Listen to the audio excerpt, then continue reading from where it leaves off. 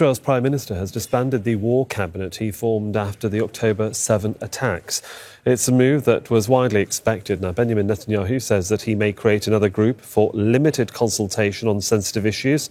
The announcement comes just over a week after Benny Gantz quit the cabinet.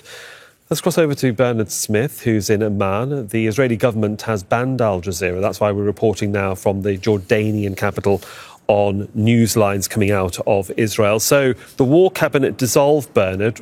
I suppose, really, what happens next? Well, this cabinet was instigated originally in the days after October the 7th to try and show this idea of national unity in an emergency government. Benny Gantz, a significant major political rival to Netanyahu, agreed to join, and one of the conditions he agreed to join on was it would stop the far right having any influence on the prosecution of the war. Well, now Gantz has left the cabinet last week along with Gadi Eisenkot, a former chief of the military staff. They've left because they're frustrated with Netanyahu's failure, amongst other things, to agree a ceasefire and to agree something for Gaza after the war, to agree what happens next. And they say that is why this war is being prolonged. It means now then that the far right, Itamar Ben-Gvir and Bezalel Smotrich, those two ministers keeping Netanyahu in power, were agitating to join this war cabinet in their stead of Gantz and Eisenkot. So it seems the Israeli media is reporting that Netanyahu's decided just to disband this cabinet so that the far right can't join it, and any future political decisions on the prosecution of the war he'll take ad hoc with other advisors or maybe with the national security minister, something like that. So Bernard Smith, therefore, is in Amman in Jordan. And just a reminder that the Israeli government has banned Al Jazeera from operating in Israel. That's why we're reporting from neighbouring Jordan. Eylon Lial is a former director of Israel's foreign ministry and served as the Israeli ambassador to South Africa and joins us now live from Tel Aviv. Mr. Lial, good to have you with us on the programme. Thanks for your time. Can I just get your reaction to the war cabinet being dissolved and what might come next? Yeah, I think there is quite a change as a result. As your correspondent from Jordan reported, we have the two extreme right-wing ministers now in the decision-making regarding the war. It will push Netanyahu further into more aggressive action, I think, both in Gaza and in Lebanon. So I see it as a negative mood or as a destructive move because Gantz and Eisenkot injected some reason into the war cabinet. We shall see what happens, certainly in the coming hours, when it comes to what comes after this war cabinet. But you just touched upon Lebanon, so let's pivot to the northern borders of Israel. The fighting continues between Israel and factions of Hezbollah. How concerned are Israel, do you think, right now? Because they are focusing their attention to the north. Yes, I think the important change of the last week is that Israel sees now the Lebanese front as having a life of its own.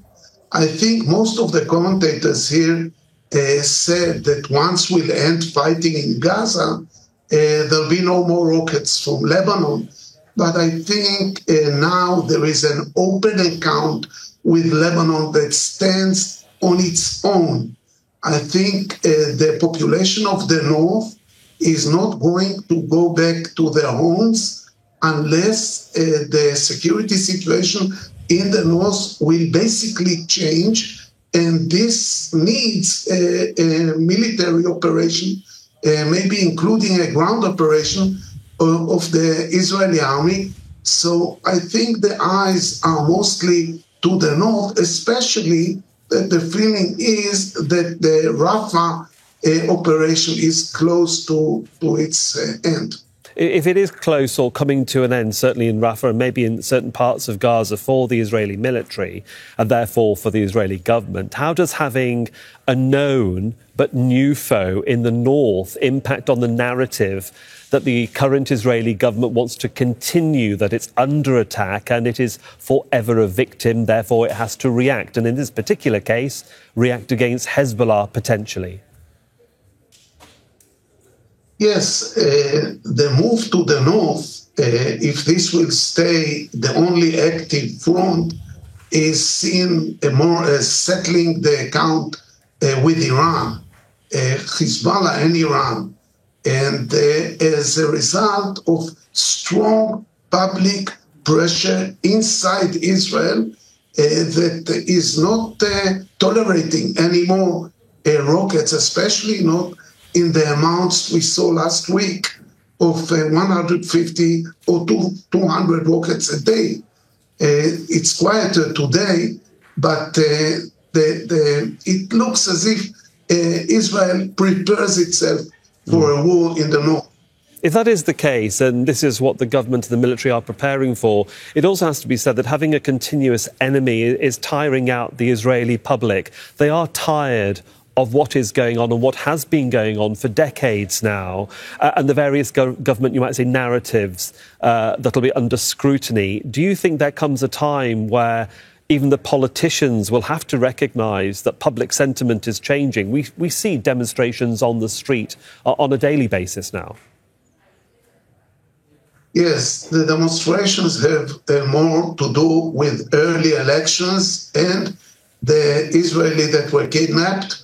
I think at the moment, the fact that we have about 100,000 Israelis as refugees is very costly politically to the government.